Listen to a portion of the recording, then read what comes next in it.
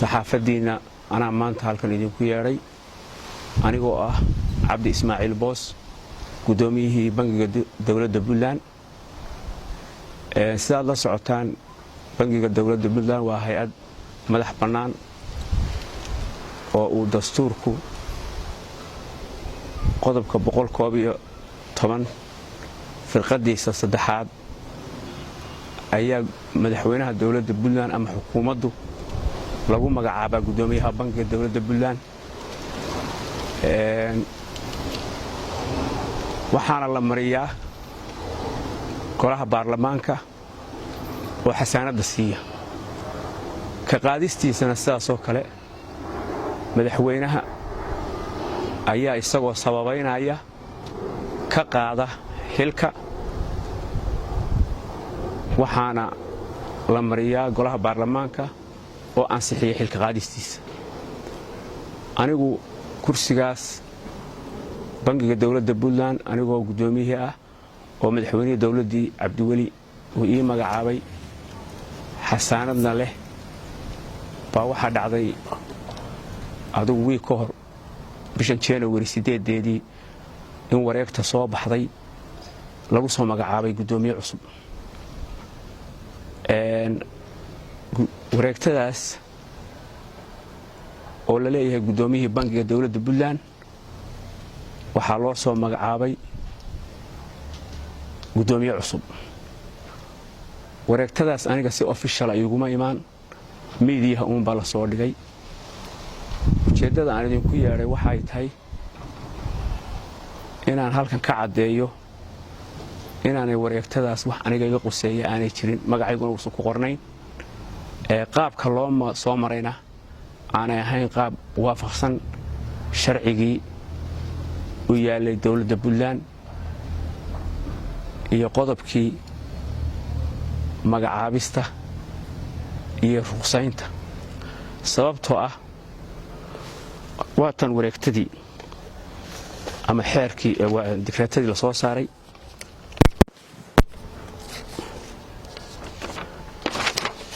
waa xeer number 4 oo soo baxay 8 bishii January oo madaxweynuhu ku soo magacaabay ninka magaciisu ku qoran yahay sideedaba haddii xeer iyo wareegto iyo dastuurku ay iska hor yimaadaan wax ka soo qaad male sababta labaad waxa weeye wax aniga tan hadeerta iga quseeya ma jiraan magacayga kuma qorna waxa kale loo baahnaa in madaxweynuhu uu dalbado inuu aniga xasaanada iga qaado isagoo sababaynaya sababtu xasaanada iga qaaday way shuruuday leedahay dabadna golaha baarlamaanka la ii gudbiyo la ii codeeyo haddii lagu guuleysteen xasaanada la iga qaadana xasaanadii la iga qaado dabadna madaxweynuhu uu soo magacaabo gudoomiye bank markaas uu yimaado xafiiskii gudoomiyaha banka magacaabista dambe haddii aan dariiqa la marin warqadani waa xuquuq laadlaada waayo replacement male meel la geeyo male warqadii ka horeysay aniga lagaga qaadi lahaa xilka iyo xasaanada ma ay waxaad sheegtay in aysan waafaqsanayn dastuurka iyo sharciga marka xilka qaadista madaxda dalku uma cuskadeen bilaa sabab marka bal dadka u faahfaahay qaabkaysa u waafaqsaneen maxay tahay aad ku doodayso waxaanay u waafaqsanayn magacaabista gudoomiyaha bangiga iyo xilka qaadistiisaba xeer baa 111 article 111 qodobkiisa firqadiisa saddexaad ayaa qeexaya waxa uu leeyahay gudoomiyaha bangiga waxaa magacaaba xukuumadda waxaana ansixinaya baarlamaanka ruqsayntiisa iyo ansixintiisaba baarlamaanka la marinaya sababta awgeed aniga in layga qaadaba xasaanada kursigii aan baneeyo dabadeedna markaa loo soo magacaabo gudoomiye baan meeshii waxay ahayd intaan xeerkani soo bixin midda kale tani waa xeer oo xeer iyo haddii ay iska hor yimaadaan qodob dastuuriyana dee waxa weeyaan ma shaqaynayo marka waa xuquuq laadlaada aduu xilka ayaa kala wareegtay sideese ku qabatay marka hore ilaa cabdiweli baa tilmaantay madaxweynihii hore Puntland inuu ku magacaabay sababii lagu cuskaday in lagu magacaabo booskan aad u tagtay iyadu sidee sidaan ba ka duwaneed hadda laga qaaday aniga waxaa ii magacaabay cabdiweli maxamed cali gaas madaxweynihii hore dowladda Puntland wuxuuna igu magacaabay dekreeto madaxweyne oo isagu uu soo saaray golaha baarlamaanka ayaa la geeyay xasaanad baana la isiiyay sidaasaana golaha baarlamaanku igu codeeyay aan ku fariistay kursiga markaasna gudoomiye baan ma jirin waa banaana kursigu waa meesha waa banaanay qof laga qaaday xasaanadii laga xayuubiyay meesha ma jirin dhowr sanadood gudoomiye la'aan baa hay'adda tan ku shaqeynaysa oo agaasima maamulay sababta waxa weeye anigu aan ku imi meesha waxay dekreeto madaxweyne oo soo martay golihii baarlamaanka oo la ii codeeyay ayaan xasaanada ku kasbaday gudoomiyihii bangigana ku ahay kuna fadhiyaa meesha muddadii aad haysay gudoomiyaha banka ahayd Puntland xasilada wuu xasan doonaa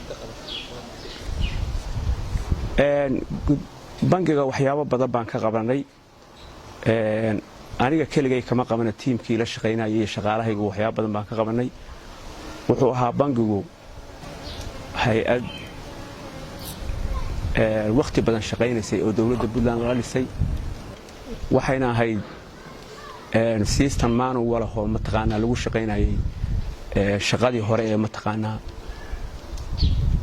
bangiyada ku shaqeyn jireen hadda horumar weyn buu marayaa waxaanu dhisnay dhismayaal badan waxaanu sameynay dayactirro badan waxaanu sameynay tareerino badan iyo kor u qaadis badan oo mataqaana shaqaalihii aanu mataqaana tareerinay waxa hay'ada international oo sida World Bank iyo Capacity Injection qayb la yiraahdo ay naga caawiyeen oo shaqaale badan oo tayaysiin noo shaqaaleeyeen waxaanu furnay xafiis aanu mataqaana ay noo shaqaaleeyeen hay'adda World Bank oo la doonayo in system automatic laga dhigo waxaanu hadda sameynay system automatic oo aan kaga guurnay manualkii oo shaqaalihii mushaarkii lagu bixinayo oo shaqaalihii oo dhan haddeerto gidi intooda badan oo dhan wax yar oo ama maqan ama mataqaana fasaxay ku jira mahaane inta kale oo lagu meel mariyay oo lagu bixinayo payment iyo mushaarkii waayahay marka uu soo noqono xilka qaadistaadii hadda waxa faaftay oo faafin la galiyay in xilka laga qaaday aduguna waxaad hadda sheegaysaa in sharci darro loo maray waxaana ku magacaabay madaxweynaha ku magacaabay sida aad qeday marka waxaad leedahay faafin in la geliyo ma ahayn ilaa baarlamaanka la mariyo xukuumadda la mariyo kadib gudoomiyaha la magacaabayo ku bedeli doona marka kadib faafin la geliyo baa hadalka ugu dhigan yahay ma horta sideedaba gudoomiyaha banka waxaa magacaaba xukuumadda ayaa soo magacaaba markuu soo magacaabo procedure loo maro oo loo raaco ayay leedahay haddii gudoomiye xasaanad le meesha uu fadhiyo waxa weeyaan waa in gudoomiye hore xasaanada laga qaadaa baarlamaanku ansixiyaa xasaanad ka qaadkiisa meeshii la baneeyaa marka gudoomiyihii kale ee madaxweynuhu soo magacaabay la soo baarlamaanka la geeyaa xasaanadii la siiyaa inta loo codeeyo hadde waxaan yeelayaa anigu xafiiskaygii baan joogaa shaqadaydii baan wataa gudoomiyihii banka ee Puntland baan arrintaas soo faragelisay ma jirtaa hay'adaha sharciga ileen khilaaf baa waxa muuqda xagga madaxtooyada iyo adigu oo aan aqbalin xilka qaadistiidu jiro hay'ado kale dalka jooga garsoor baa jira sharci dejin baa joogta cid soo faragelisay ma jirtaa wax faragelin oo haddeerto aan arkay waxaa jirta gudoomiyaha ninkan cusub ee la soo magacaabay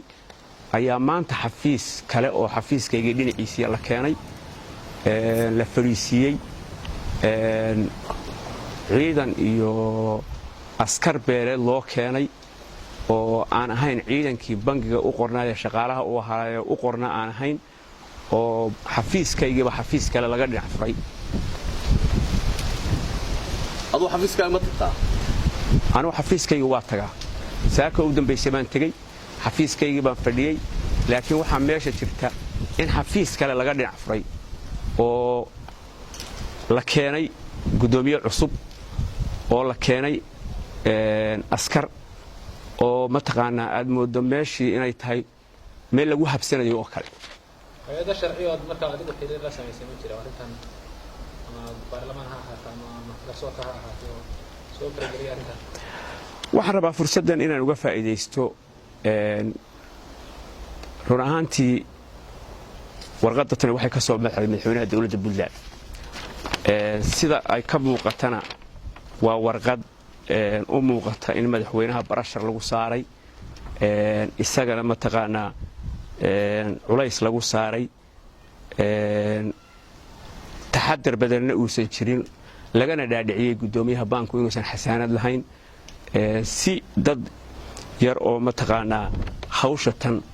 si khalada u geliyey uu isagu ku magacaabay. sababtaa awgeed waxaan uga faa'iidaysanayaa madaxweynaha dowladda Puntland, isagaa madaxweynihii dalka ah. waxaan leeyahay madaxweyne hawshan in lasoo mataqaanaa saxo iyo golaha baarlamaankaba in hawshaa dib loo saxo oo saxid lagu sameeyo. waxaana saxideeduna ku suura gelaysaa oo sharcigu uu tilmaamayaa in aniga xasaanadii layga qaado, madaxweynuhu soo codsado in mataqaanaa xilka layga qaado, xasaanadana layga qaado, golihii baarlamaanka la procedurkii aan dhamaysto, dabeedna guddoomiye baan haddii la doonayo in meesha la baneeyo loo soo magacaabo.